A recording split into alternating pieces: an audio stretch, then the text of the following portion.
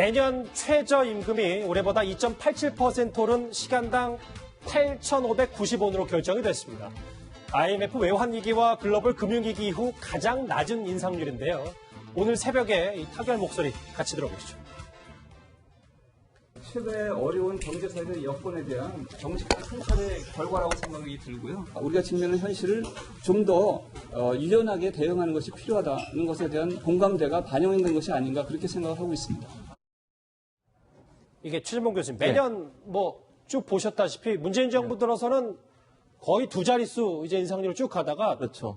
제목처럼 급브레이크 밟았단 말이에요. 이거 되게 대단히 이례적인 거 아닙니까? 이례적이죠. 사실은 그러니까 2010년도에 처음으로 저보다 조금 더 낮았고요. 그래서 두 번째로 낮은 인상률이에요. 보통 박근혜 정부 때도 7% 정도였고요. 이명박 정부 때도 5%, 6% 정도였어요. 그런데 2.87%라고 하면 상당히 낮은 퍼센티지죠.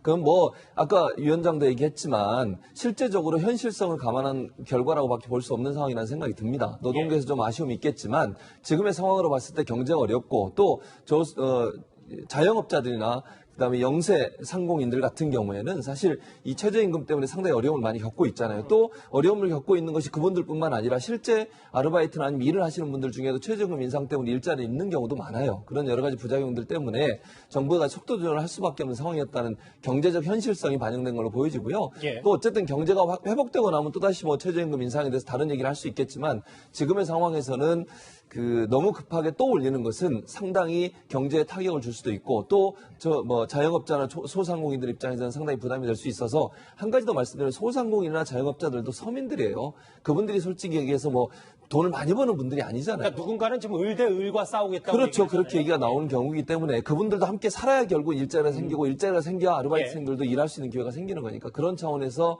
좀 이해를 했으면 좋겠다는 생각이 듭니다. 근데 우리가 보면 숫자로는 급브레이크인데 이 자영업자들 반발은 여전해요. 왜냐하면 어쨌든 최저임금 또 올린 거다.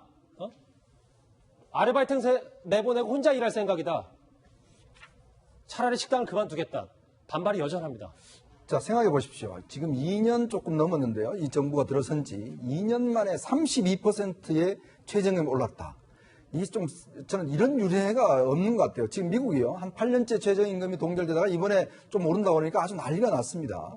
자, 최저임금이 세상에 어떤 정부든지 간에 그 2년 만에 32%가 오른다는 것은 이거는 엄청난 것이거든요. 그동안 물가 상승률을 생각해 보십시오. 자, 그러니까 지금 그 정도 지금 지난 2년 동안 29% 올라서 지금 기업들이 못 살겠다, 지금 마트 하시는 분들이 못 살겠다라고 했는데 거기에 지금 적다고는 하지만 또 2.9% 또 올랐어요. 자, 그러면 이분들 입장에서 보면 안 그래도 지금 포기해야 될 판에 거기다가 또 지금 무게를 더 한 거 아니겠습니까? 예. 그래서 원래 이번에 사용자 측에서는 아예 8,000으로 내리자, 아니면 또 동결하자라는 이야기가 많았습니다. 예. 그러나 노조 측에서는 10,000원으로 올리자라고 해서 이제 중간에 타협을 보다 보니까 이제 이렇게 됐는데 저는 이 후유증이요 굉장히 앞으로도 더 심할 것 같아요. 즉 우리가 이제 앞으로는 우리가 매년 올리지 않습니까? 이 최저임금을. 독일 같은 데는 2년에 한 번씩 그래요.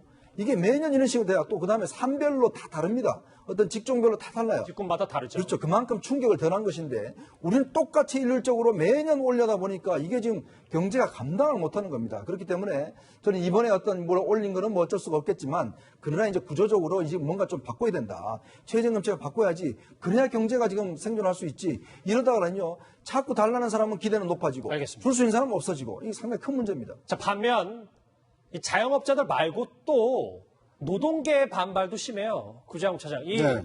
원래 문재인 정부의 공약이 최저임금 10,000원이었는데 그렇습니다. 이게 지금 거짓구호가 됐다고 이제 총파업한답니다. 네. 그러니까 이제 임기 말까지 이 10,000원을 10,000원으로 인상을 하면은 이제 약속을 이행하는 건데 지금 이 추세대로 올라가게 되면 10,000원 약속을 지킬 수 없게 된다라고 이제 민주노총이 반발하고 있는 거고요. 예. 특히나 이 소득주도 성장을 좀 폐기하는 거 아니냐. 이 최저임금을 올려서 그 임금 소득자로부터 이 소득주도 성장을 만들겠다라는 것이 경제 정책이었는데 이번 최저임금 인상을 이렇게 찔끔 인상하는 것으로 봤을 때는 이 문재인 정부가 그 주요 정책을 좀 폐기한 거다라고 하면서 이 18일 날 지금 예정된 이 총파업을 하겠다라고 지금 공언을 하고 있습니다. 다음 주네요. 총파업이 예고한 그렇습니다. 시간이. 네, 최진봉 교수님. 예.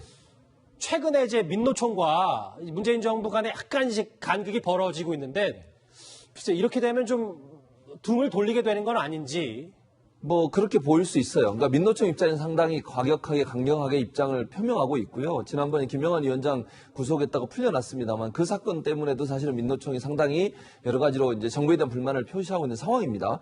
그런데 이제 저는 이렇게 생각해요. 이번에 최저임금 인상위원회에서 빠져나가지 않고 노동계가 또 함께 있었어요. 그래서 투표를 해서 결정이 난 거잖아요. 예전 같으면 막 자리 박차고 나가고 그냥 단독으로 공익위원들하고 사용자 측에서만 모여가지고 결정하는 경우도 있었거든요. 그런 경우가 아니라 노동조계도 함께 있었고 정상적인 절차를 통해서 결정됐기 때문에 좀 수용하는 모습을 보여줬으면 좋겠다는 생각이 듭니다. 물론 민노총이요. 그렇죠. 민노총 입장에서 좀 아쉬운 부분이 있어요. 저도 좀 아쉬운 부분이 있습니다. 개인적으로는. 그러나 이 경제 문제를 함께 봐야 되는 거잖아요. 노동자 측의 주장만 너무 많이 하게 되면 사실 사용자가 있어야 되고 경영자가 있어야 노동자가 존재하는 거 아니겠습니까? 그런 구조에서 본다고 하면 서로 조금씩 양보해서 지금의 어려운 상황을 뚫고 나가면 또 다음에 더 좋은 상황이 생길 수도 있지 않겠습니까? 그런 차원에서 좀 거시적으로 좀 접근했으면 좋겠다 이런 생각이 듭니다. 오늘 새벽 결정된 이 최저임금 관련해서 정치권 오늘도 시끄러웠습니다. 같이 관련 목소리 들어보시죠.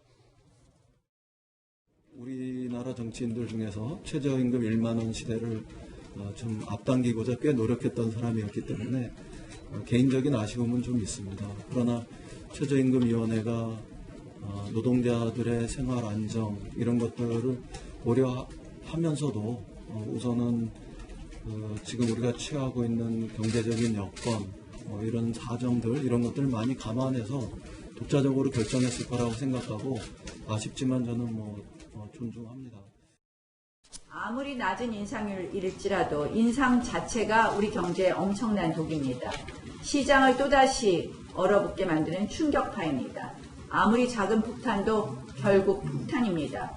고용노동부 장관은 재심의 요청해야 합니다.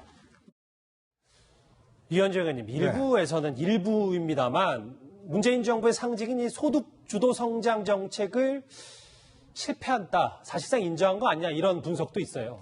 그렇죠. 지금 사실은 오늘 이제 그 최저임금 1만 원 문제가 됐고 오늘 사실은 여당 지도부가 어딜 갔냐면 이 반도체 관련해서 이제 이 현황파를 한다고 그래서 반도체 이 생산 업체에 갔습니다. 근데 그 자리에 가서 반도체 업체 사장들이 뭔 이야기를 했냐면 제발 52시간 좀 풀어달라는 이야기했어요. 지금 우리가 연구를 해야 되는데 연구진들이 52시간 때문에 연구를 할 수가 없다는 거예요. 지금 일본에 대항해서 우리가 소재 산업 키워야 된다, 우리 키워야 된다 이야기를 하는데 예. 당장 지금 삼성전자가 무슨 이야기를 하냐면 이 52시간 때문에 지금 R&D 사업을 완전히 지금 할 수 없게끔 그런 상황이 됐다는 것이죠. 자, 그런 걸로 비춰보면 52시간 누구나 하면 싫은 사람 누가 있겠습니까? 그러나 연구하는 분들 입장에서 보면 밤을 새워서 연구를 해서 뭔가 만들어내야 되는데 저녁 6시 되면 딱 컴퓨터 꺼버리고 이렇게 되면 우리가 연구를 할 수가 없는 거거든요. 지금 이제 1만 원 문제는 이제 이렇게 됐습니다만은 저는 주 52시간 문제도 어떤 면에서 진짜 좀 차별적으로 적용을 해야 돼요. 생산직이나 연구 경영지나 이런 데는 다 차별적으로 해야 됩니다. 자, 그런 것들을 정부 여당이 이제는 좀 더 유연한 생각을 가지고 좀 접근해야 될 필요가 있는 것 같습니다. 급브레이크 소폭 상승을 한 오늘 새벽 내년자 최저임금 얘기까지 여기서 정리를 해봤습니다. 다음 주제 넘어가 보겠습니다. 연예계 소식입니다. 주제 같이 확인해 보시죠.